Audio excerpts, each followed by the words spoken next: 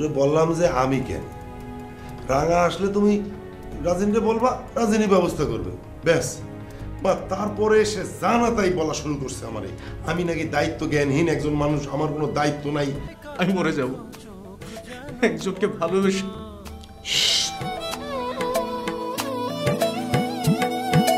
দুধে আলতা গায়ের বরণ রূপ যে কাঞ্চা সোনা, আঁচল দিয়া ঢাইকা রাইখ চোখ যেন পড়ে না। আমি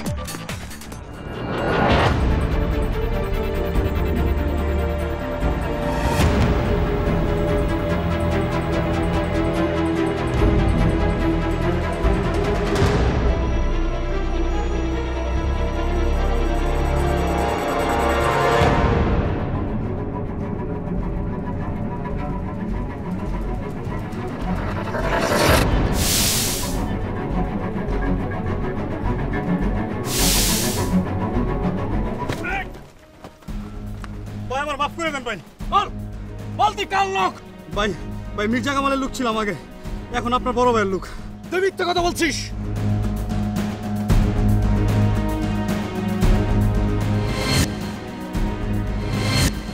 না ভাই মিথ্যা বলছি না, আপনার মারি নাই, না মারার পরে মির্জা কামাল তার টিম থেকে আমাকে বের করে দিয়েছে। আপনার বড় ভাই আমাকে জায়গা দিয়েছে, আপনার বড় ভাই আমার একমাত্র অবলম্বন। বিশ্বাস করেন মির্জা কামাল যে কোনো স্থানে আমাকে পেলে মেরে ফেলবে। আপনার বড় ভাই হচ্ছে আমার একমাত্র শেল্টার। বিশ্বাস করেন ভাই, আমি কঠিন হারামি হইতে পারি ভাই, আমি মিথ্যাবাদী না ভাই। ভাই আমার মাফ করে দেন, আমার ভুল হয়ে গেছে ভাই।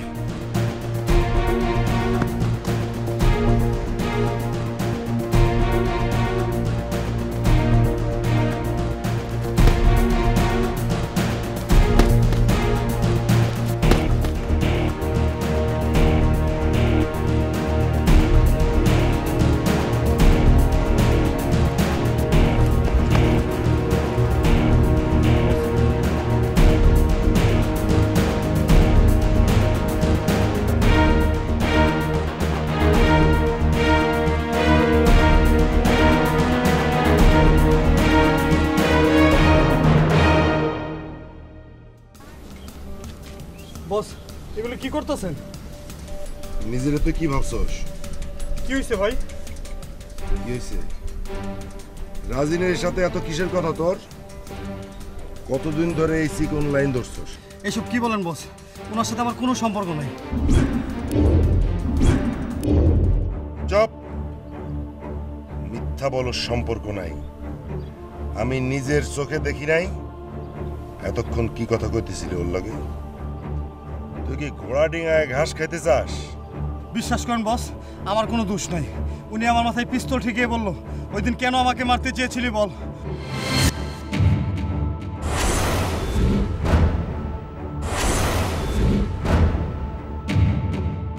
তুই কি কইলি? আপনার শিখানো কথাই বলছি। তুই ওরে কইছিলি মির্জা কামালের কথা মতো ওরে মারতে গেছিলি, আর মারতে পারিস নাই বইলা কামাল তোরে তার দল থেকে বাইর করে দিছে বলছিলি? একদম আপনি যা বলছেন তাই বলছি, এক বিন্দু মিথ্যা কথা বলি নাই বস। রাজিন তো তাইলে অনেক বাড়ছে, শুধু শোক শোক করতেছে। বস আমি কি পাগল? আপনার কথা আমি অরে কমু? ও তো আমার কেউ না, আপনি তো আমার সবকিছু বস। মুখের মধ্যে একদম তালা মারবি, একদম তালা। আসল কথা কোনোদিন যদি রাজিন জানতে পারে তাইলে তোরে আমি ওই পারে পাঠাই দেব। তোর ছবি টাঙায়া দেয়ালে ঝুলামো। জি বস, তালা মারলাম। আর সেই তালার কিন্তু চাবি নেই, কোনো জায়গায় নেই। রাজিন তুই আজকে বাইচা গেলি এই গাধাটার জন্য। কিন্তু এই ভুল তো আমি আর করব না। বস, ওনারে মাইরা ফেলি, ওনারে মাইরা ফেললে সব ঝামেলা শেষ হয়ে যাবে। সেটা তো করতেই হইব, কিন্তু তুই তো একবার মিস করছস মানিক, এইবার যেন মিস না হয়। না বস, মিস হবে না। সময় হোক, তোরে আমি কমু, কিন্তু মানিক এইবার একটা গুলি, মাত্র একটা গুলি, আর কোনো কানামাছি কিন্তু খেলা যাইব না। জি বস। ভাই রাজিন, তোর আর বেশি দিন নাই, একটা গুলিতেই তুই এবার খাল্লাস, আর তুই আপাতত খাল্লাস, যা আপাতত। আসসালামু আলাইকুম।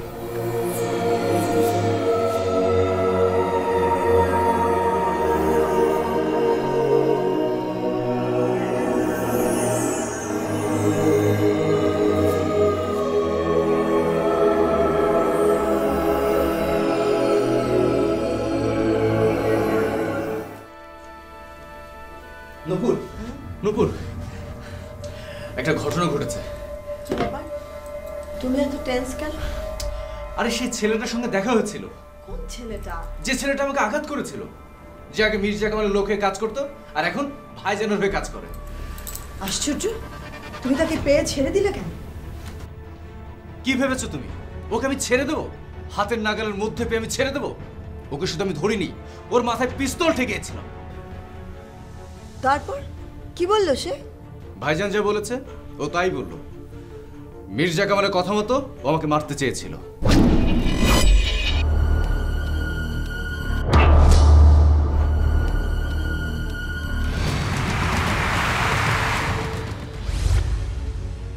তো তাহলে সে মির্জা কামালের কাছ থেকে চলে এলো কেন? আমি ওকে জিজ্ঞেস করেছিলাম, ও আমাকে বলল আমাকে হত্যা করতে পারেনি বলে গ্রুপ থেকে মির্জা কামাল ওকে বের করে দিয়েছে। ও আচ্ছা, আর সেই কারণে ভাইজান ওকে তার দলে নিয়ে নিয়েছে, এই তো? হ্যাঁ। আর সেই কথাটা তুমি বিশ্বাসও করেছো না রাজিন? এখানে অবিশ্বাস করার মতো তো কিছুই ঘটেনি। আর তাছাড়া এরা তো কুকুরের মতো, যে পাতে ভাত থাকবে সে পাতে এরা মুখ দেয়। ঠিক আছে, আমি বুঝলাম যে এই সব ছেলে পেলে এমনই, কিন্তু তুমি একটা কথা মনে রেখো রাজিন, তোমার ভাইজানও কোনো বিষধর সাপের চাইতে কোনো অংশেই কম না।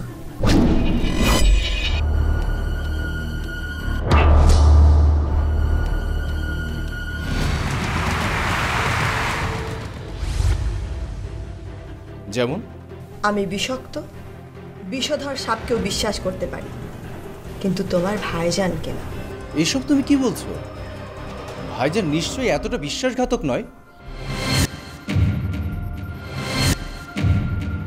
আমি জানি আমার কথা শুনতে তোমার ভালো লাগে না, কষ্ট হয়, আমারও বলতে ভালো লাগে না রাজিন, কিন্তু আমি এটা বুঝতে পারি যে ভাইজান আসলে ভালো মানুষ না।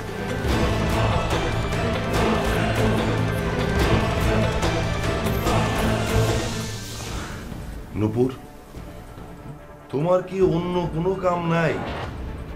তুমি আমগো দুই ভাইয়ের মধ্যে একটা ফাটল ধরাইতেছ। সব সময় তুমি আমার কথা ওর কাছে বইলা বইলা ওর কানটারে ভারী করতেছ। এইটা তো একটা বিরাট সমস্যা নূপুর। আর কয়েকদিন পর আমার ভাই তো আমার সহ্যই করতে পারবো না।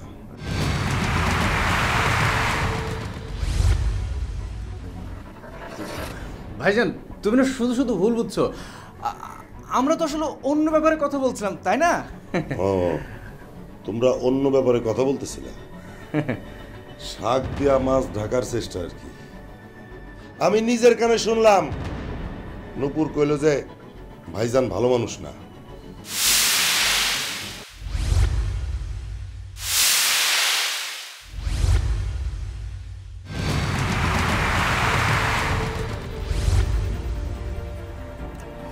ও শুধু তোমাকে না, আসলে আমাদের কাউকে বিশ্বাস করতে পারছে না।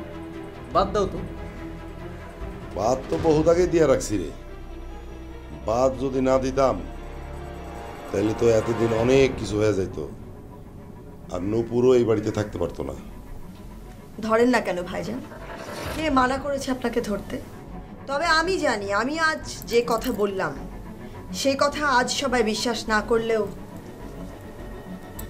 একদিন সবাই বিশ্বাস করতে বাধ্য হবে। আরে কি যে করো না তোমরা। নুপুর, নুপুর,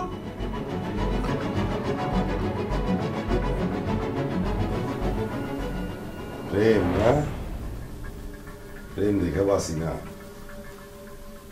তবুও দুইজনের কপালে যে কত দুঃখ আছে রে।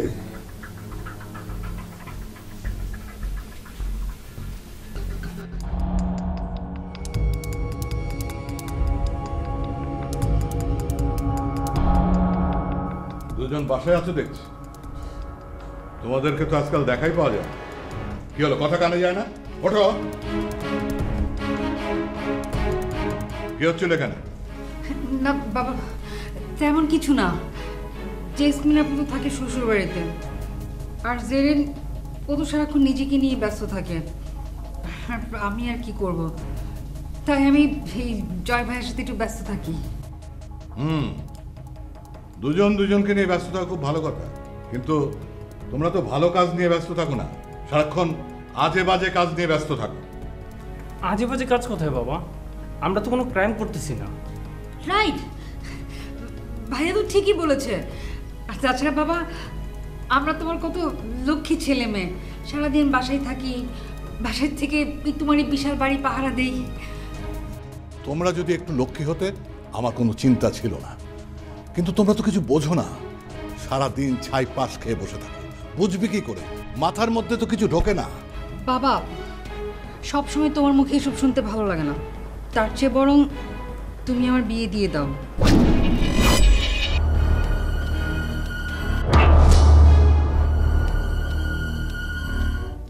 বিয়ে বিয়ে করে তুই শ্বশুর বাড়ি যাবি, আর ওখানে এগুলি কোত্থেকে পাবি?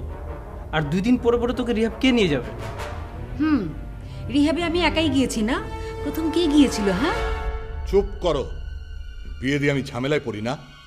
বিয়ে যদি করতে হয় তাহলে আগে জেসমিনের মতো সভ্য হও, যাতে শ্বশুর বাড়ি থেকে কোনো কমপ্লেন না আসে। যত সব। বাবা, তুমি ওকে একদিকে শ্বশুর বাড়ি দিয়ে আসবে, আরেকদিকে শ্বশুর বাড়ির লোকজন ওকে এই বাড়িতে দিয়ে যাবে। আরে জেসমিন দেখছি। রাসেল কোথায়? জয়, তুমি যাও তো, রাসেলকে এক্ষুনি এখানে নিয়ে এসো। যাচ্ছি বাবা, আমি এক্ষুনি দুলাভাইকে তোমার সামনে পেশ করছি। না, যেতে হবে না। রাসেল আসেনি বাবা।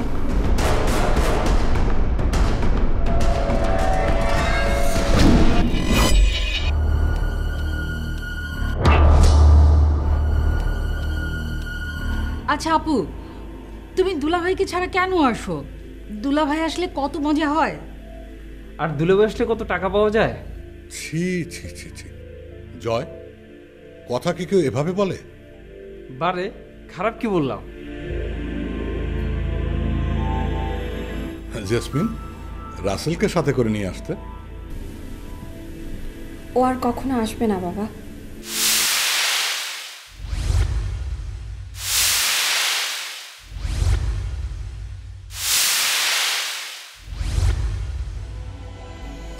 আসবে না মানে? আমি চলে এসেছি বাবা। ও আমাকে চলে আসতে বলেছে। আপু, এসব তুমি কি বলছো? তোমার মতো একজন ভালো মানুষ শ্বশুর বাড়িতে থাকতে পারলো না, আর ওরা তোমাকে তাড়িয়ে দিল। আর তোর যদি বিয়ে হয় তাহলে কি অবস্থা হবে একবার চিন্তা করে দেখ। যারা, জয়, তোমরা এখান থেকে যাও, আমি জেসমিনের সাথে একটু কথা বলবো। আচ্ছা বাবা, তুমি আমাদের দুজনকে কেন তাড়িয়ে দিতে চাচ্ছ? আমি বলছি তোমরা যাও। যারা, চল তো, চল আমরা একটু ছাদে যাই, চল।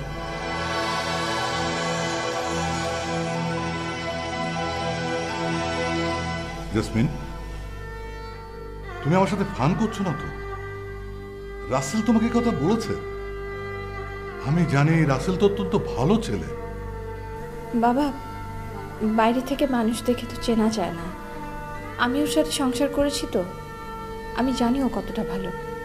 কি হয়েছে জেসমিন, আমাকে একটু খুলে বলো তো। কিভাবে তোমাকে বলবো বাবা? জেসমিন, আমি তোমাদেরকে বন্ধুর মতো মানুষ করেছি, বাবা হিসেবে নয়। বন্ধু হিসেবে তুমি আমাকে সব কিছু খুলে বলতে পারো। বাবা, রাসেলের চরিত্র ভালো না।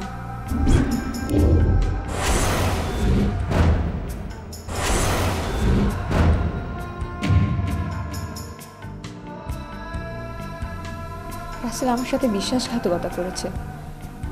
শুধু আমি না, অনেক মেয়ের সাথে ওর অনৈতিক সম্পর্ক আছে।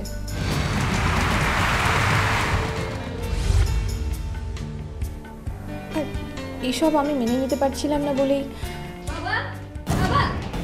আমি তো তোমার সামনে দাঁড়িয়ে, তুমি চিৎকার করছো কেন? বাবা, আমার মন ভালো নেই। আমি কি করতে পারি? আমার বিকন গুলি খেয়ে হাসপাতালে পড়ে আছে, তুমি তার কিছু করলে না। আমি কেন করব? বাবা আছে না? চাচা তো দেশে নেই। যারা বিকনকে হত্যা করতে চেয়েছে তুমি তাদেরকে ধরে শাস্তি দাও। জেরিন, আমরা একটা ক্রাইসিসের মধ্যে আছি। তোমার এই সমস্ত কথা এখন শুনতে ভালো লাগছে না।